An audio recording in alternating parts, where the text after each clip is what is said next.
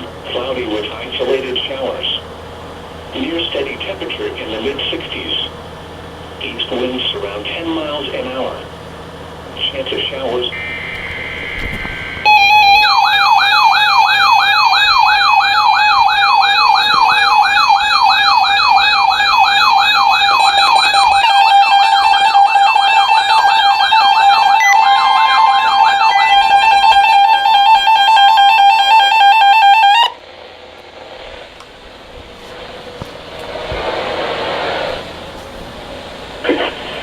The National Weather Service in Chanhassen, Minnesota has just activated the warning alarm on 13 weather radio stations across central and southern Minnesota and west central Wisconsin.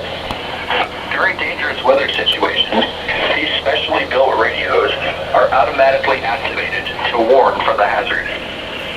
Tests of these radios are normally conducted by the National Weather Service in Chanhassen every Wednesday at 1 p.m. Severe weather threatens the area near the normal test time. The test will be postponed until the next good weather day. The warning alarm will be activated for selected watches, warnings, and statements affecting central and southern Minnesota and west central Wisconsin. This concludes the test of the warning system. We now return to normal programming.